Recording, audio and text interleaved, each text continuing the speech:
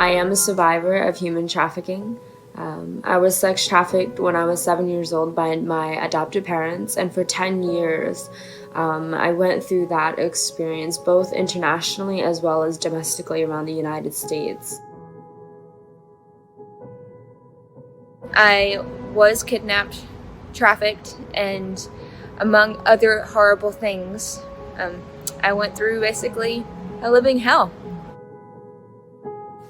I was branded a few times, and being branded, being forced to have a tattoo with a price number on it, with a phone number on it, and being so objectified by that tattoo, it really caused a lot of hurt in my life. You have the chance and the opportunity to influence hundreds of thousands, if not millions of people, to say that slavery ends now. All we ask is that you wear a small sticker on your arm, a broken barcode right here, representing that no one is for sale, that you are in support, that no child is for sale.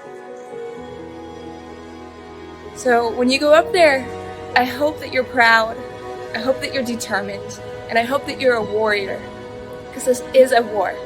It's a war on trafficking. Seeing you wear the Code Rise barcode would mean everything. It would mean that what we're fighting for matters and that what we're saying deserves to be heard around the world.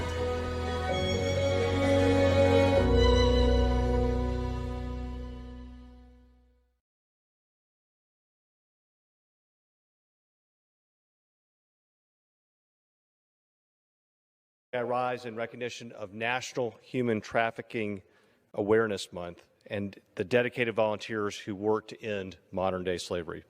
As a parent, there is nothing scarier than the thought of children being removed from their families and trafficked. Oftentimes, when we think about human trafficking, we envision terrible situations across the globe. But according to Texas's Attorney General, there are more than 300,000 victims of human trafficking just in Texas. As we bring attention to this far too common tragedy, I'd like to thank some of the incredible organizations in Collin County who work tirelessly to help survivors. Traffic 911, CASA of Collin County, Rescue Her, Treasured Vessels, New Life, New Friends, and the Collin County Sheriff's Office are all helping lead the fight against human trafficking.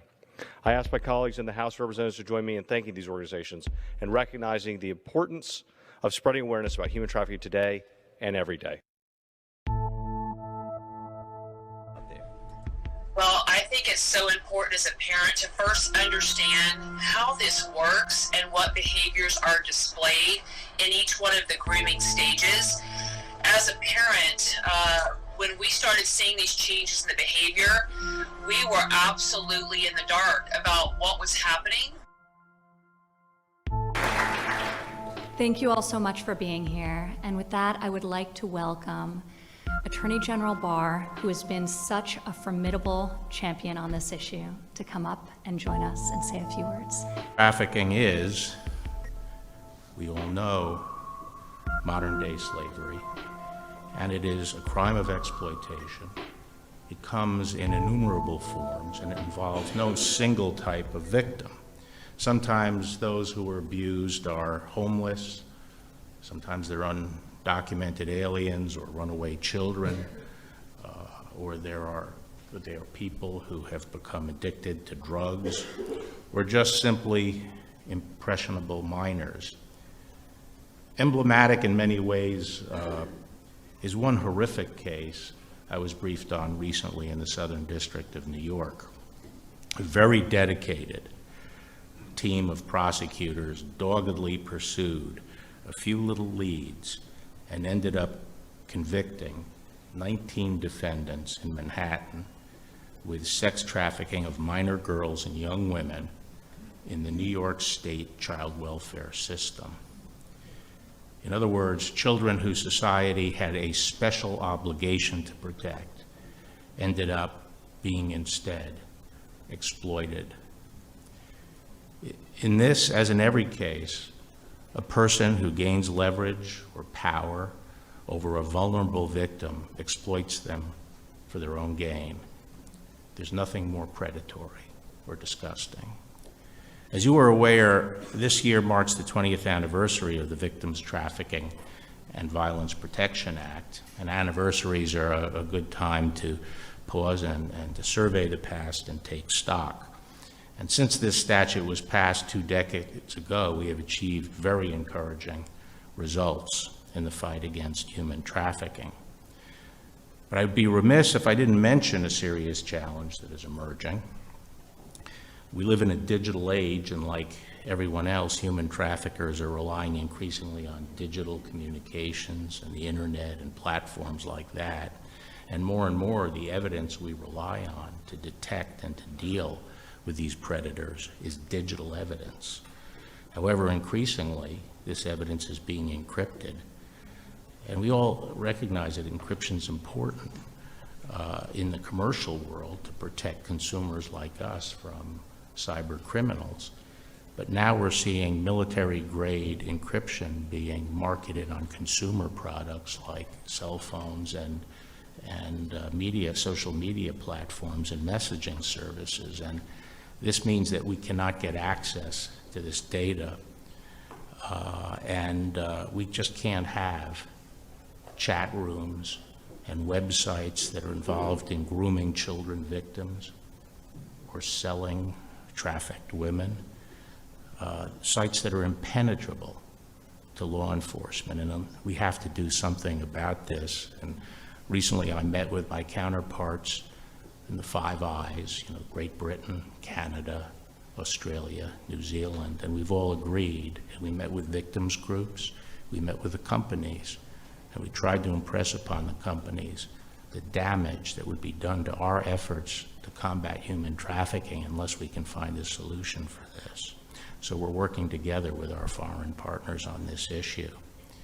In the meantime, we are committed to combating human trafficking in all its forms and using every tool at our disposal. And I commend the President and Ivanka for all they have done to stop this scourge. Today's event is a very important opportunity to ensure that victims' voices are heard and to send a message that this issue is a top priority of this administration, the whole administration.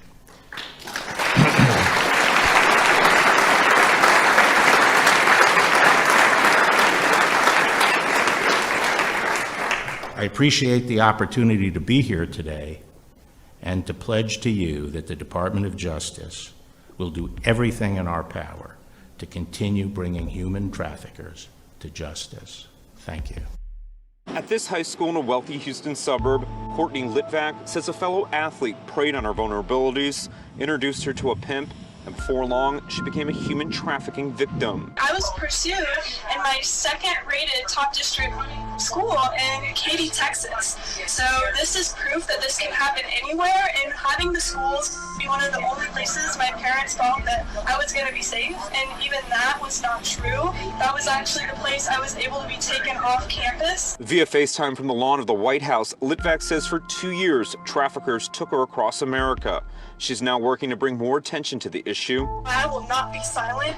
I will not be put into fear. I live by faith and no longer by fear. And I am not a victim. I am a survivor. Litvak and her mother, part of Childproof America, met with Ivanka Trump yesterday evening.